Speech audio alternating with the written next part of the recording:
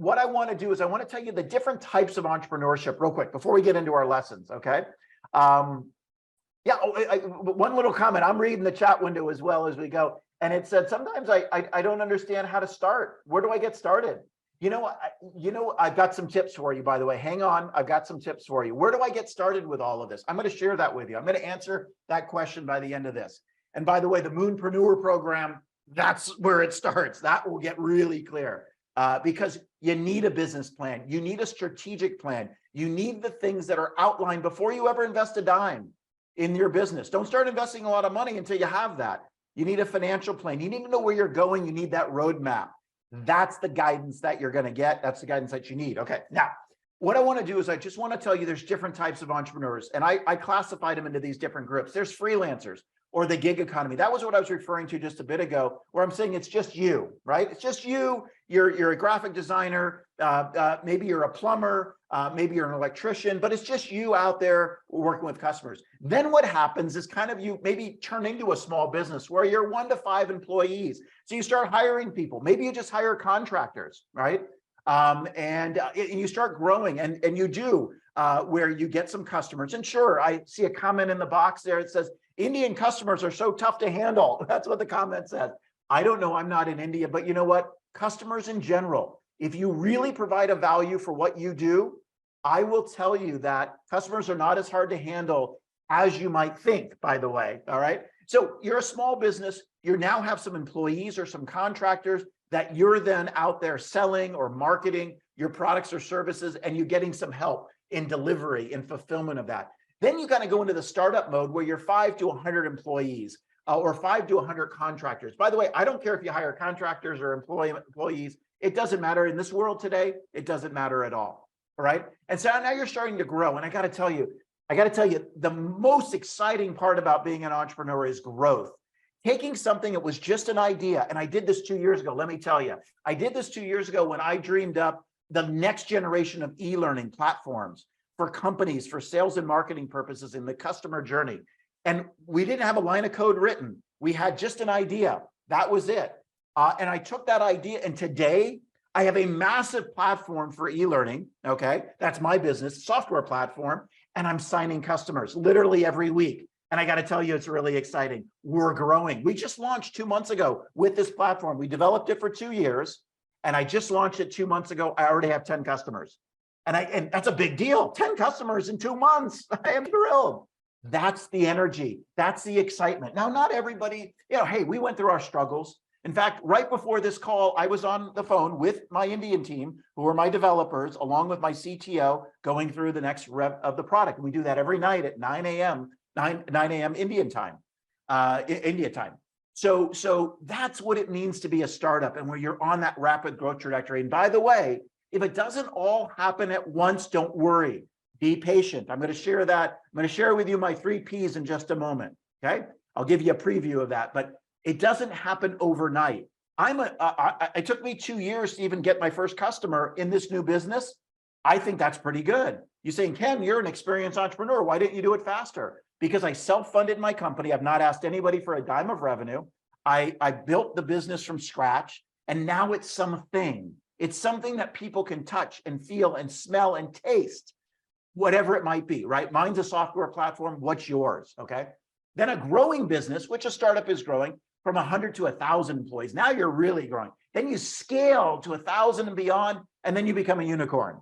Now, here's what I'm here to say. You might want to be a unicorn, and that's great. And I'm going to ask you that in a second. There's a question about that. Matter of fact, I'll put it on the screen here. But you don't have to be a unicorn. You don't need to be worth $1 billion, right? You can be a freelancer and still be a wonderful entrepreneur. It's all along the continuum that I want you to think. You don't need to grow your business to 10 employees or 5 employees or even 2 employees. But I want to know from you, and you're already answering the questions. I love it. This is a very interactive group. I love it.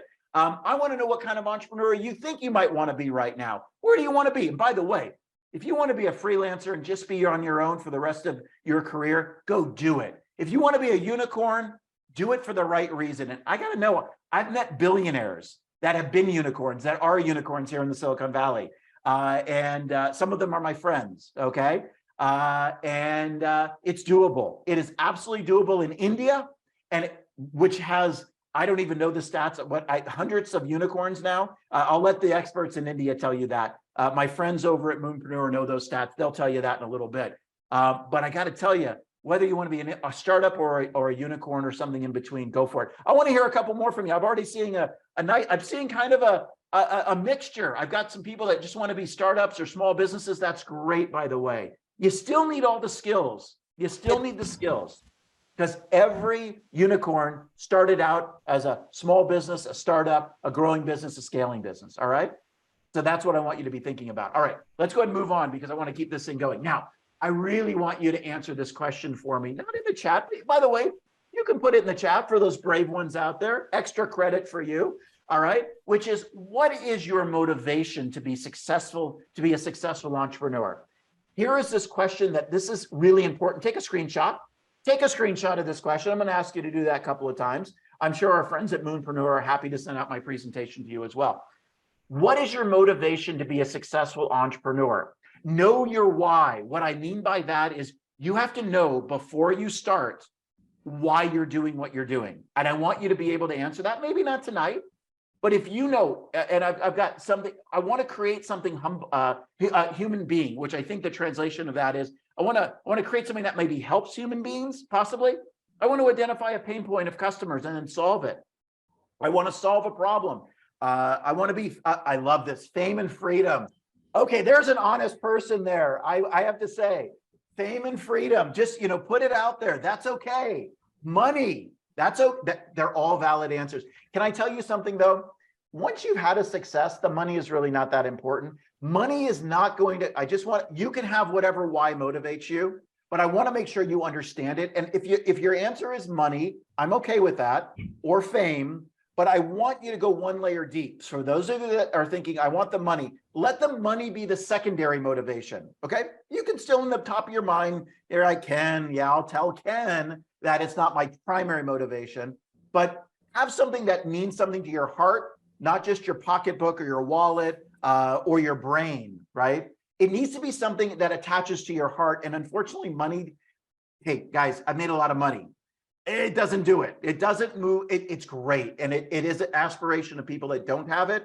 But once you have it, you're going to be looking for more, not more and more money, but you're also going to be looking for something else, something more meaningful. So when you build your entrepreneurial business, you've got to look for your why that attaches to your heart. That's all I'm saying. And you guys are doing a great job, by the way, answering this and being so brave to put this out there. So I really appreciate that. And I love it. I'm reading your answers as I'm talking, and I love it. And I see a lot of people saying, change, help people, secure my future, which I think is it's all of the money and fame is a byproduct of what you get from being an entrepreneur. It really is. And freedom, by the way, I started my business probably with the reason I wanted freedom. I wanted freedom. I don't know. That's probably was my motivation, whether it was financial freedom or what have you, or self-actualization. I like that as well. I started my businesses 30 years ago, 25 years ago, 30 years ago, somewhere around there, for freedom, because I wanted ultimate freedom. And really, when you're in, that's true, but I can tell you that as soon as you have the freedom, then you look for things that put you right back in where you're at, okay? Which is okay, by the way. I love it. I love these answers as well. All right, I'm going to transition now. I want you to get an essence of the Moonpreneur program and the intelligence that goes into this, but I also want you to walk away with this presentation with understanding some of the things like the ingredients to a successful entrepreneur. I'm going to give you my take on what it means to be a successful entrepreneur, number one, and then I'm going to give you some lessons learned. And I got to tell you, and please, the hosts that are listening here, make sure you stop me. I'm trying to time myself, but I get excited. They know, they've heard from me before. I don't want to go over, but you tell me when I'm over and they'll pull the plug on me. All right.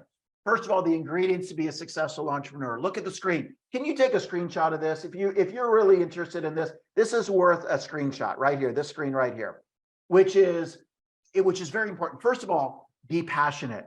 Now, that's not a problem for any of you, but I got to tell you, let me tell you, and we can certainly share the presentation. I'll share it with the folks, the friendly folks at Moonpreneur and the IIML folks, and then they can share it out to you as well. So I'll make sure I do that right after the presentation, by the way.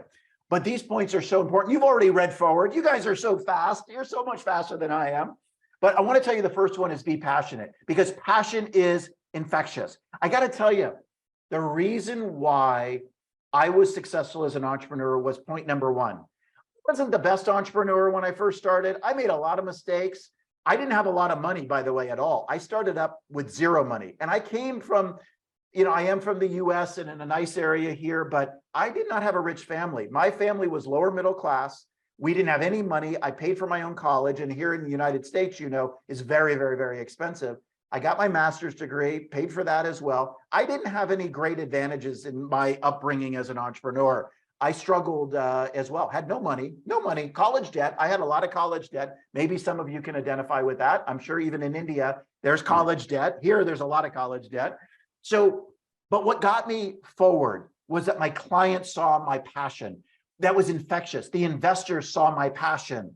So let me give you an example. If I talk, I'm gonna use an example. If I talk down like this, I talk into my belly button. I kind of talk slow. Being an entrepreneur, it's exciting. Notice I'm not looking at you, by the way, on the camera. Look at the camera if you can see me. Being an entrepreneur is fine. I mean, it's okay. I'm not all that excited about it. That's not being passionate. That even though it's hard for me not to be passionate.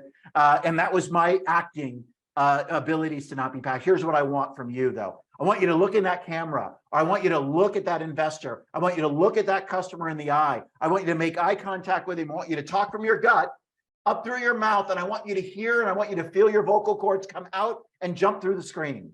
That's infectious. I want to hear the excitement of your idea. I want you to talk a little faster, not as fast as me, because I talk very fast, but I want you to talk a little faster than you normally do.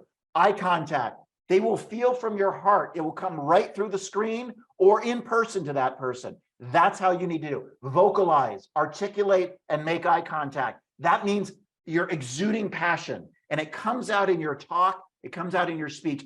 This is the secret ingredient, guys. So you can be passionate, but not a person that exudes passion. Passion flows from the pores of your skin, through your eyeballs, through your skin, through your heart, and it comes all out, and it just can't be controlled. I got to tell you, everybody from Sequoia Capital, the #1 VC in the world, I was funded by them. And the reason they funded me back in 2003, Sequoia Capital, the same people that funded Google, Apple, YouTube, LinkedIn, the names go on and on and on, funded me, Ken Burke, little Kenny Burke, right? Sitting there. You know why they did? #1, passion. So I want you to exude that. And that's something that we can also help you with as well at Moonpreneur. All right. Be on a mission. Don't do it just for the money. I get the money thing, so that's okay. I get it. I like money too. There's nothing wrong with doing entrepreneurial ventures for money, but be on a mission as well. Fix something, change something, solve a problem, fix something in the world that is not right. I sat in on a Moonpreneur. We also teach at Moonpreneur here, younger kids. They were a group of Indian kids that were probably 10, 11, and 12. And I did the judging of their award ceremony. And I got to tell you, these little kids, and I know you guys are a lot older, these little kids, 10, 11, 12, they blew me away. They came out with the best. They were better than some 30, 40, 50-year-olds that I've worked with, because they were amazing. And their ideas were all about changing the world, making the world a better place through an app, through the environment, through an invention. Their minds were out there. And if they could develop business plans that I could look at and go, I would invest in that. I know you guys can do it. I was inspired after that. And that was just a couple of months ago. All right. They were all mission driven. And I didn't need to tell them that. Right. People will identify you as being mission driven. Okay. Next thing, trust your gut. You're going to get a lot of advice. You're going to take a lot of feedback. By the way, I love feedback. Take feedback, but here's what I want you to do. Take what resonates with you and internalize it. Everything else you throw out. And I mean, if your parents are giving you advice, and I know that's very important. The parents are very important, right? But if the parents are giving you advice and it doesn't resonate with you in your business, don't take it. If your best friends are giving you advice and it doesn't resonate with you, don't take it. If an investor, a potential investor, gives you a piece of advice, but it doesn't resonate, they want to take your business somewhere else, don't take their money. Take somebody else's money that gets your vision, okay? I just had an entrepreneur that turned down an investment because what they wanted to do with the business was different than what he wanted to do. And it was painful. This is his first offer. And the investors, they wanted to take the business in a different direction. And I told them, don't take the money, and didn't take the money. And the investors walked, and it ended up, honestly, this happened 2 weeks ago. Probably the best thing that ever happened to him, because he still has the business that is true to him. Trust your gut. Your gut knows, okay? All entrepreneurs know they got it in their gut, okay? So don't be wavered. I call it having a strong rudder. A rudder is on the back of a plane or a back of a boat. And if you're bobbing around like this, you're gonna crash, okay? I don't know if you can see the screen, back and forth and back and forth. But if you kind of keep straight and then just do slight adjustments, I actually do fly planes, or I used to fly planes, and that's how you fly a plane. You don't have the rudder going back and forth, which controls the direction that you're in, because you'll crash, and you will crash if you don't have a strong rudder. All right, work hard. I don't know anybody that thinks they're going to get in the entrepreneurial game and not work hard. Entrepreneurship is not easy. You're going to work 10, 12, 14 hours a day. I think I'm on my 14th or 15th hour today for you guys, right? I got up at 7 o'clock in the morning. It's now 10 o'clock, okay? My time. It's a long day. I haven't stopped working since. I ate dinner. That's it, okay? Work, and I'm old. You guys are young, all right? I've already done it. I don't need to do this. But you do it. Once you catch the bug, you do it. All right, embrace blind optimism. What the heck does Ken mean by that? Blind optimism means sometimes, I don't want you to put the blinders on, but sometimes just be optimistic and not necessarily know what the outcome is, but just go after it, right? So sometimes you just are optimistic and you embrace that optimism as opposed to pessimism. Pessimistic people don't make good entrepreneurs. Optimistic people make good entrepreneurs. Blind optimism just means that you see the risks, but you don't see all the barriers. So I want you to assess the risks. I want you to be smart about it, but sometimes you just gotta push through it. And the gentleman that or lady that asked the question earlier about, how do I get started? Well, there's a lot of fear that you have as you start as an entrepreneur. Let me tell you how you do it.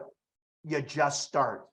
You literally just start with a Google search or a business plan or buying a product or service that is of your competitors so you can investigate them. You can explore your invention or putting together a prototype of what you want to invent. You just do it. You sit down at your computer, you sit down at your workstation, and you create. And then that begins the ball rolling. I'm going to cover that in a little bit later. That's how you do it. There's no magic. There's no secret sauce, and anybody that tells you there is, there isn't. You take action. That's how you get started. Always be learning. Always be, as an entrepreneur, you're constantly reading. You're constantly learning. That's what this program is about. This is just the beginning. You're going to be learning your entire entrepreneurial career. And then I got to tell you, be humble, because even if you're successful, you will always have something that you're chasing. So you got to leave your ego at the door, because first of all, nobody wants to work or be around or invest in an entrepreneur that's an egotist or egotistical or a narcissist, right? We want to invest in people that are humble, right? We want to invest in people that feel good to be around, that are appreciative and grateful for what they're doing. I got to tell you, people invest in people. That's how you get your money for your startup. Be humble. People work for people that are humble. People don't work for bullies or know-it-alls, okay? If you're sitting in a room full of 5, 6, 7, 8 people, and they're all people that work for you or with you, and you have to be the know-it-all, yeah, I don't want to be around. I don't want to work for you, because sometimes you have to let other people be the star, not your ego be the star. Leave the ego at the door, and then live out of your comfort zone. You got to take risk. Eliminate fear. And what I mean by that is, and I have a whole book on eliminating fear, by the way. You can go to my website at kenburke.com and grab an excerpt. I have some videos on that as well. And what I mean by that is entrepreneurship is all about taking risks, but take measured risks. Here's what's stopping you right now. I've got 102 people right now sitting in this room, right? There are a portion of you right now that have a fear to jump forward. How you eliminate fear? It's real simple. You take an action. And when you take that out, and I specialize in this particular world, if you will, of eliminating fear. And that's why I wrote the book on it, which is once you take an action, all of a sudden what was once feared is no longer feared because it's more known, right? The reason that you have fear is that it's usually the fear of failure. But in my world, you can't fail. It's impossible to fail because you're going to be learning from whatever you do. So even if you do a startup, and I know people that have done startups and have quote unquote, they didn't go so well. They lost money. So what? Good. That's great. Do you know how much they learned from their first, second, or third startups? Oh, so much more than any college education here in the United States or over in India will teach you. So the fundamentals are clear. You need to break through the fear by doing one simple thing. Take action. And if the more knowledgeable you are, so if you're afraid to take action, just Google it. Research it. The more you start to learn about it will also break down the fear, right? And then I want you to do the last thing. I want you to break what we call a perfect picture. The reason a lot of people have fears, if you have a fear of speaking, let me give you this tip. If you have a sphere, I can't even talk. And that's my point. If you have a fear of speaking, because you have a vision that when you go out there on stage, you have to be perfect. The audience expects you to be perfect. Guess what? They don't expect you to be perfect. Don't have a picture that you have to be perfect in anything that you do, because you don't, right? Let me loud and clear, this applies to everything and everyone, all right? Now, I want to make sure that you understand, though, that as you go out, you're supposed to make mistakes. Whether you're speaking, and I stumbled on my words just a moment ago, nobody on this call right now expects me to be perfect. I hope not. And the reason that I'm on a roll right now and I'm giving you a great presentation, because I don't care if it's perfect or not. That's what it really means. All right. Now, those are the ingredients, but I got more for you. If the team over at Moonpreneur will let me go for a little longer, is that okay? I've got some great lessons for this group. This is the stuff you're going to learn in Moonpreneur's program, okay? That's why I want to share it with you right now. I can't give it all in 30 minutes, but I'm going to give you some good tips. Is it okay? I want to hear from my friends at Moonpreneur, break in here and let me know it's okay for a little longer. Yes. All right. Yes, I get some yeses. Good. You guys cut me off, okay? Yes. Because cut me off when you're done, okay? I'm not tracking time. I'm so into this. This group is great. By the way, your texts and your chats, I'm reading as I'm talking. I'm multitasking. Thank goodness I'm ADD, so it works perfectly for me. I love it. I love it. Keep coming. Keep the love coming. All right. I got some lessons for you, and I got a lot of them, so I'm going to blow through them real quick. First lesson is lesson number 1. You create your definition of success. All right. What I mean by that is I don't want anybody else, your mom, your friends, your spouse, your partner, your dog. I don't want anybody creating that definition of success for you, but you. In the entrepreneurial world, that is incredibly important. That I want to make sure you define what it means to be successful. It's kind of like that why question we asked earlier, right? But a lot of times what we do as humans, as we internalize what the rest of the world thinks of us, and then we try to adhere. I will tell you right now, if you try to do that, you will go crazy. You literally will go crazy, because everybody has a different definition of success for you. Isn't that interesting?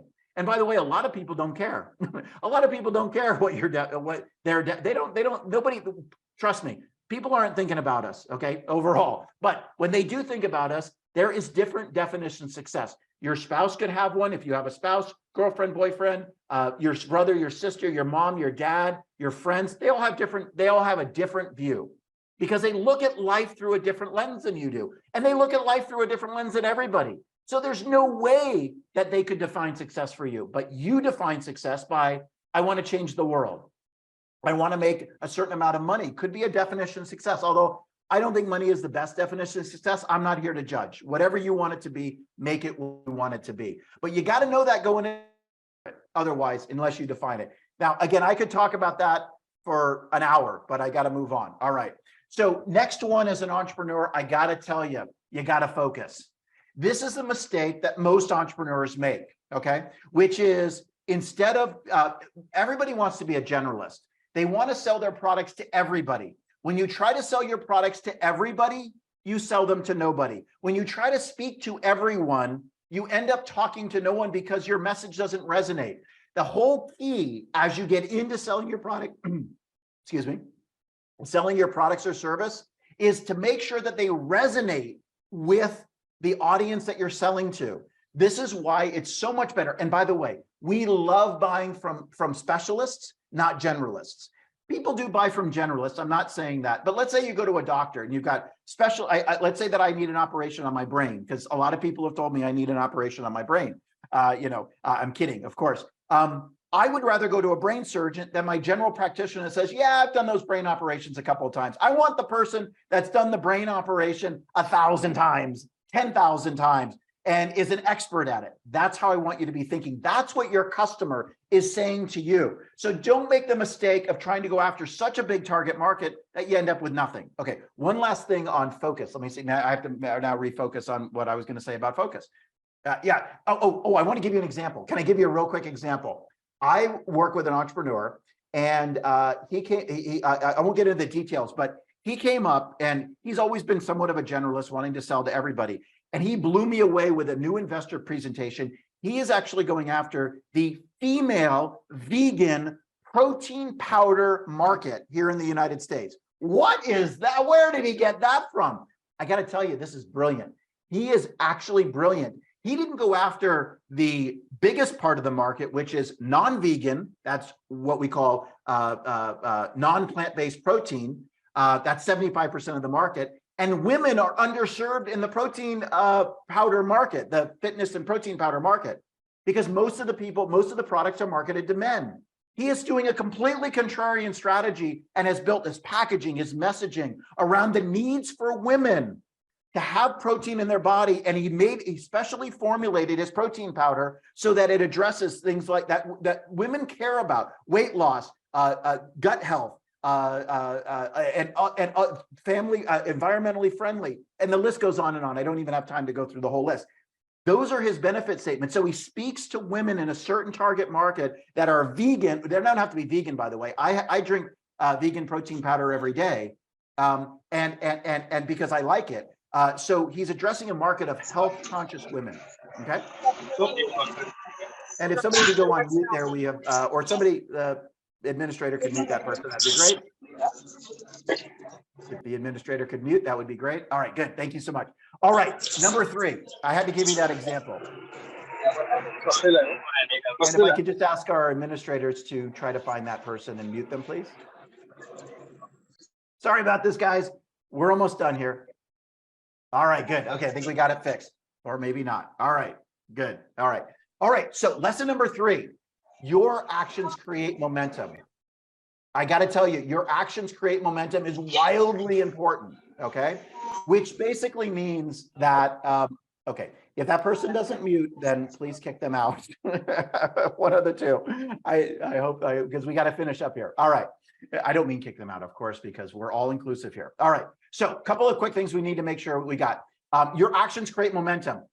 Take small actions, as I mentioned earlier, that will create the energy that you need in order to move this thing forward and get closer to your goals. Every step you take, whether it's a Google, whether it's a research, whether it's talking to somebody, whether it's getting research, whatever it might be, every action you take will give you more momentum to start your business. It gets bigger and bigger and bigger. You get your first customer, you build your product, you get your first customer, then you get 10 customers, then you get 20, then you get 50, then you create 100, and all of a sudden you have a big business. That's how it works, okay? Master and move on. I got to tell you, this one's an important one as well. Here's the thing that a lot of entrepreneurs do that I want to make sure you don't do, which is you start something, whatever it is that you're starting, and then I want you to master it before you move on to something else. So if you're building a service or a product, master that. You can tweak it, you can adjust it, you can pivot it, right? But I want you to master what you're doing and then expand, right? I call it land and expand. Land on something that's working. Try to adjust it accordingly and then move on. Don't move on too fast. That's one of the things that entrepreneurs do. Whether it's something small, like trying to grow too fast before you've mastered getting customers and bringing them on. I got to tell you, I'm doing this at my current business. I'm going slower than I normally would. I'm getting smaller customers first so that I can succeed. And then I'm going on to bigger customers. So I'm mastering our very complicated and big software platform, and then I'm moving on. All right. Have a big vision that excites people. I got to tell you, I talked about exciting people earlier. Well, this is another thing. It doesn't mean that you have to execute 100% of that big vision immediately. Visions go out 5 or 10 years. Okay. They don't go out a year or 2 years. So be thinking long term and create something that's big. And if I can ask to mute again, that would be great. All right, good.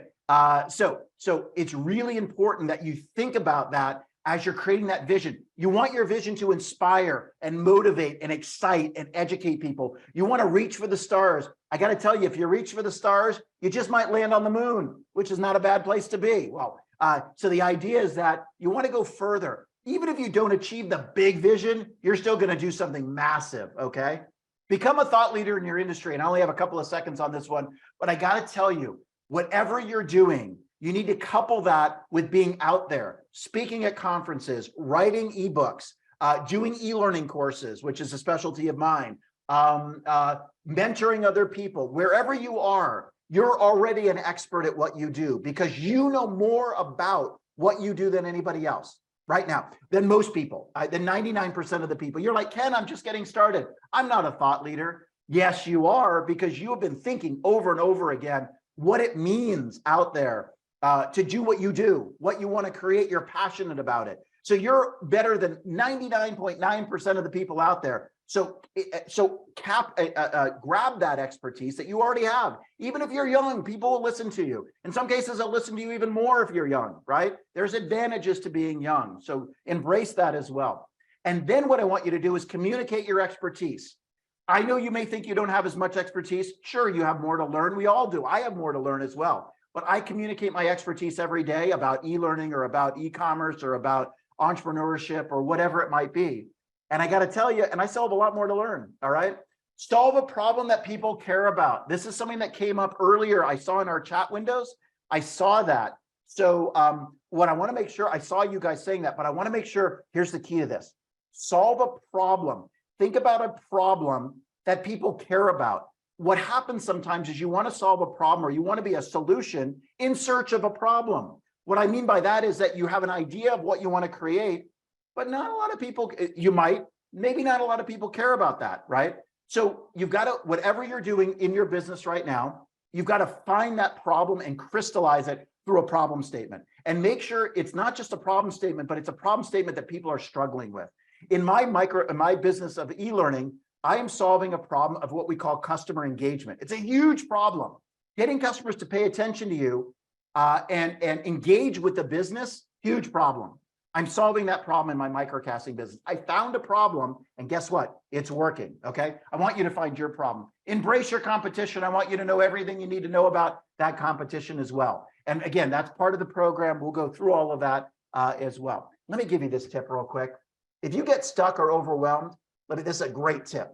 Break it down into bite-sized pieces, then take action. All I mean by that is that some of us even today, right now, are a little overwhelmed with this idea of building a huge business. Well, it doesn't start out huge. It starts out with building blocks. It's just like building a house or building a wall. You build one brick at a time, one brick at a time. So break whatever you're doing right now, break it down into small bite-sized pieces that you can manage, and just do one thing and then do another thing and then do another thing and another thing. And it will actually always comes out that way. All right, I'm going to give you 2 more lessons real quick. I'm going to skip through a couple because I know we got to go. We got to move on as well to the last part of our program here. Always be building assets. I want you to be thinking about, as you go into your business, whatever that business is, always be building something that you ultimately can resell. Even if you're a solopreneur or a freelancer or what have you, your assets could be your employees. They could be knowledge. They could be a product. It could be a patent or a process that you have. It could be just customers. Those become assets as well. It's something that people want to buy, okay? So and I don't mean assets on a balance sheet, I mean actual physical assets. You want to have something at the end of the day where your business can be purchased by somebody else, right? I mean, your whole business can be purchased because that's where you make the money. So those of you that want to make a lot of money, you got to be building assets. And by the way, those of you that want to save the world and want to do or mission-based, you still need to build assets as well. And then I'm going to give you the last one real quick and be thinking about this. You got to be in the game to win the game. Here's what I mean about that as we wrap up here. As an entrepreneur, you have to practice. You have to be on the playing field in order to win. You can't win a football game, and I know football means something different to you than it does to me, but you can't win a football game if you're sitting on the sidelines, right? You got to be on the field playing. So I highly recommend you get on the field now, and I'm going to give you my 3 Ps, and then I'm out, okay? 3 Ps are patience, perseverance, and passion. Let me go through them real quick. You got to be patient in this, okay? Number one is that what entrepreneurs do is they stutter step, if you will. You start a little bit and then you get a little scared, you get some fear, and then you back off. And then you kind of stutter step again, maybe make a little bit advance, and then you back off. And that's okay, but you got to be patient. And then you say, oh, Ken, it's not working after a month or after 2 months or after 3 months. Yeah, guess what? I've been at it for 25 years, right? I've gotten certain things to work, other things don't work. You got to be patient. You got to be willing to maneuver, and you got to be you got to have perseverance. That's that drive that pushes you through, right? That says, I'm going to do this. I don't care what people tell me. When I started my platform company 2 years ago, just 2 years ago, the microcasting business, I had people that's like, yeah, I don't get it. I don't get it. I called it something different 3 years ago. And it was discouraging. I'm a successful entrepreneur. I got a, what are you telling me, right? I then stuck with it. I changed it around a little bit. And guess what? All that evaporated by me just changing my story a little bit. Now my story is so strong that I've developed over the last 2 years that everybody wants it. Everybody I talk to wants my product. Seriously, I kid you not. That's perseverance. I could have given up 3 years ago. I could have given up 2 years ago. I even could have given up a year ago. Now I don't want to give up because I got people going crazy over our product. And passion. I want you to exude that passion that I talked about at the very beginning. That's so important. All right, I got to be done because I got to let my friends over here at Moonprenur and IIML go for it now. So guys, I'm going to toss it back to you, but I want to thank everybody so much. And by the way, if you guys want to link in with me, you type in Ken Burke in the search box. I know some of you have asked that. I'll accept your links immediately. And I'm so thrilled to be associated with you guys today. Thank you so much for listening. I hope you enjoyed it. Thank you. Thank you, Ken, for an engaging and knowledgeable session. And we really would like to imbibe the entrepreneur work early in life and the things you mentioned, that to identify and know your why. We would definitely work towards it. With this, I would like to detail about the incubation support we provide. Post this, we'll have a Q&A round with Mr. Ken. So to detail about our incubation facilities, incubation support we provide, as suggested by Ken, that we need to start early in life. So IIM-Lucknow EIC is focused to provide speed and faster growth to new ventures for successful commercialization of technology product through a combination of unique incubation and acceleration program. With this, we provide GTM support, corporate and market connect, funding, and other support as well. Specifically to discuss about the incubation program, our incubation program is set up for early stage startups with a prototype ready or MVP ready. We provide startups with the seed funding support and incubate them. And to promote innovation and new ideas, we at IIM-Lucknow Enterprise Incubation Center, in collaboration with Moonprenur, have launched a gateway for, just a minute, gateway through which your gateway from pre-incubation to incubation. Pre-incubation program is primarily for individuals, students, aspiring entrepreneurs, and professionals who are working on their business ideas, who have multiple business ideas and wants to zero in down and working towards it. So this pre-incubation program empowers students and aspiring entrepreneurs to convert their ideas to startups. And the very purpose of this pre-incubation program is to facilitate the establishment and growth of entrepreneurship in India by providing effective training and mentoring program. With this, we provide one-on-one mentoring support. We provide the training sessions, and after the 4 months of online training program, there would be a pitch session.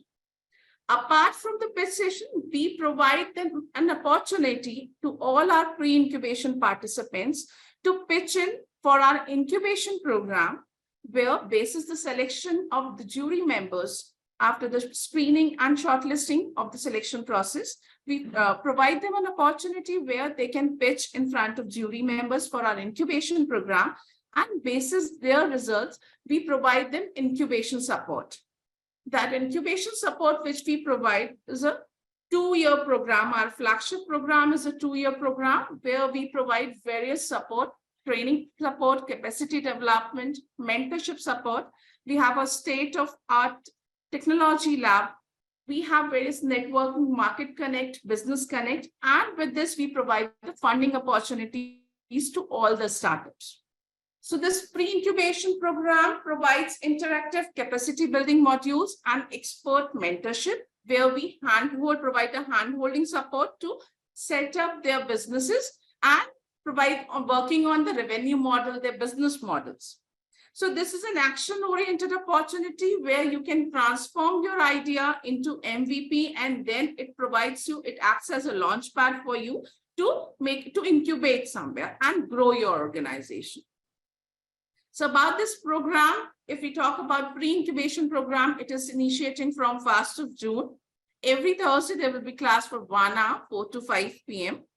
And in that, there will be 10 training sessions along with 6 mentoring sessions. To know more about this program, you can reach out to us on the number given, or you can mail us on the email. With this, I would like to open the question and answer round. If you have any questions in your mind, feel free to raise your queries. You can write the questions in the chat box, and we will take the questions one by one from Mr. Ken. Thank you. You can write your questions on the chat box, and we'll take the questions one by one. Freak Learn. Yes, sure. We'll share the LinkedIn profile with you. Mr. Ramachandran will share the LinkedIn profile with you. Yeah, I shared it in the chat window as well. So that's available in there. Yes. Okay. One is requested for course fee. The course fee for the program is 12,000. Though with the support from one of the philanthropists from US, Indian philanthropist, we have received the scholarship of 50%. So this program can be availed at 6,000 rupees for now. I am already in MVP stage, so can I attend the program? Yes, definitely you can attend this program. As I mentioned, this program is for startups who wants to explore the mentoring support as well. And if I can just say that also, if you're at the MVP stage, that's great, but you need to continue to develop strategies and have that underpinning. And most businesses that are startups forget the strategic parts of it. So what you're going to learn in this program is how to back up that MVP with a go-to-market strategy, marketing strategy, sales strategies, all the things that you need, a financial plan. If you don't have a financial plan, you need this program, right? So the person that asked about the MVP, if you don't have a full 3 to 5 year financial plan, or you don't know where you're going to get investment, you need this program. Anyway, I just want to put my 2 cents in there for that. Now, I would request Rati to please take on the questions. We can have the questions one by one. Yes, I'm going into it. I'm looking into it. So I'm going to, Tarun is asking, can I know how to develop a product like Uber in remote area like towns and tier 3 cities where service is needed? Yeah, I can give a little bit of advice on that. I'll be very brief because that's a big question, by the way. Great question, though. However, you absolutely can. And what you need to do, though, you need to make sure that you have an economic model that can support the area that you're going into. So I would look at the competition to start. I would look at the economic model. I would do that financial plan I just talked about to see if it's even feasible on paper before you actually go and try to execute it. So you might have a great idea, but there are certain things that made Uber successful. And I'll give you one thing. They happen to be down the street from me right over here. I'm pointing the back of me because they are down the street. Their headquarters are right here. And the thing that they did that made them successful, or one of the things that made them successful, is they focused in certain regions. They brought up San Francisco. I believe San Francisco was first. No, they did a test somewhere else, actually, in the United States. And then they came to San Francisco to do that. So think about, if you're going to do this, you need to have a concentrated area where you can focus. That's one of the keys to that model. So you may or may not have that when you're in a remote area, but we can talk more about that as well. All right, Reedy, back to you. Thank you, Ken. Navneet Rathod is asking, I have been granted a patent by India. How much does it cost in America? Yeah, I saw that question as well. Patents in America, well, first of all, I would suggest that you have to be very careful as to whether or not you should do a patent. So I would investigate that a little bit further. And if you do have a patent in India, here in the US, you're talking to get the patent could be $50,000 to $100,000 US to hire a patent attorney here in the US. Patent attorneys are the most costly attorneys that exist. They tend to range in the area of $1,500 an hour for cost. They are the most expensive. Patent attorneys are very expensive. And then you have to understand whether or not you can defend it here in the US. The third thing that you have to think about is once you do issue a patent, it is public knowledge, as you know that. So not everything should be patented, by the way. So I would, and by the way, you might copyright or do other things that so I do recommend that you talk to a patent advisor here in the US before you move forward as well. And if you want to link in with me, I can advise, I can point you in the right direction. And the good folks at Moonprenur also can probably provide some guidance on this as well. Thanks.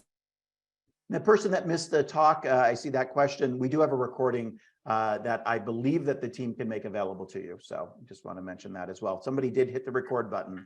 Yes, we have another question. Meanwhile, we'll discuss another question by Mr. Rajashri. I have an idea, but I don't know about next step.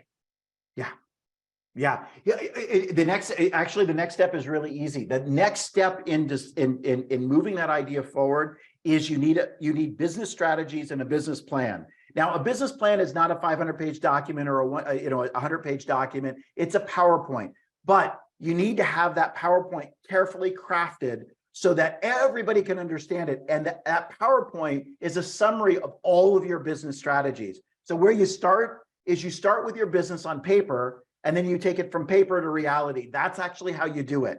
So for you, what I would recommend here, the Moonpreneur folks, that's what they do. This is their business. They help you, guide you through that process. That is the next step. So you can do it on your own, or you can do it with them. I can tell you it's a lot easier to do it with them, but regardless, you gotta have a business plan with a financial plan, period. That is the next step. That will allow all of this to come together for you. Because right now you're going, I'm not 100% sure about this. I don't know this. I don't know this. We got to fill in the blanks, right? And then that picture will become clear, and you're going to get better and better and better at communicating it to the point where you might even need investment dollars, and you'll be up in front of investors asking them for money. And you got to be crystal clear when you do that.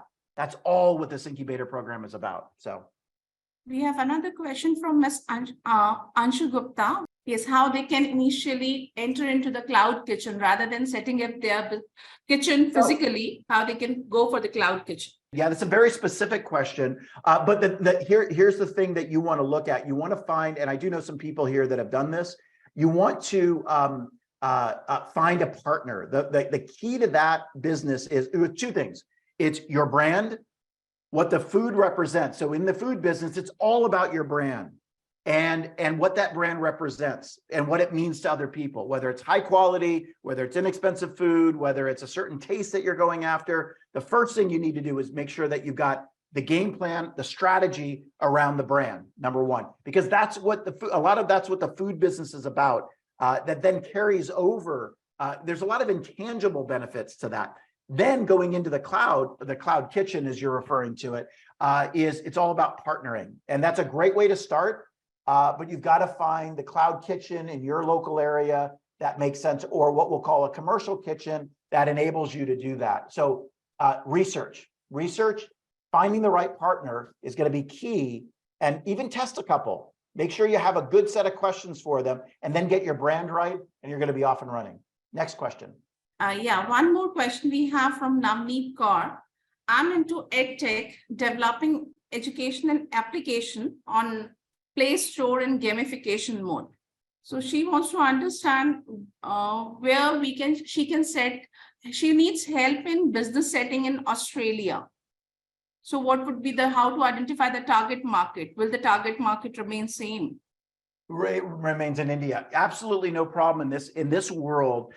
First of all, EdTech is actually very transferable. It is a worldwide initiative. I have clients that take my courses all over the world, thousands and thousands and thousands of them. So the good thing is you're in an industry that really does support it. If you need to move the business, or if you're in India or you want to grow your business sitting in India, where your target market is in Australia, where your target market's in India, that shouldn't be a problem. If you know the Indian market, the key is about knowing the market, knowing your target market, and then marketing to them. So knowing the strategies. It's not actually where you're located anymore.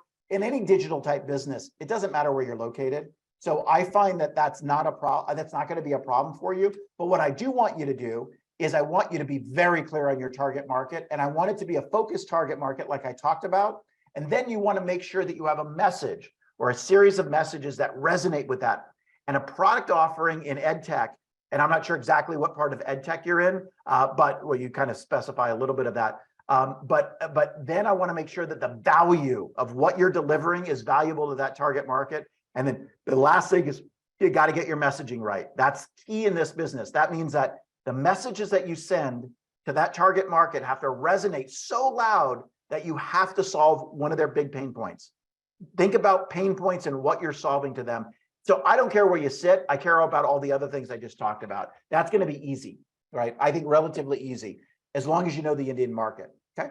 No more questions, I believe. But this, thank you so much, Ken, for taking out time and making this session so engaging and knowledgeable. Really, thank you from the bottom of our heart. And thank you all for attending the session. We hope you found it informative and inspiring, leaving you with valuable knowledge and motivation to take the next step. In case you want to know more about our pre-incubation program, write to us. We have shared the email ID on the chat, or you can visit our social media page where you'll get all the updates related to the incubation programs we have. With this, thank you all.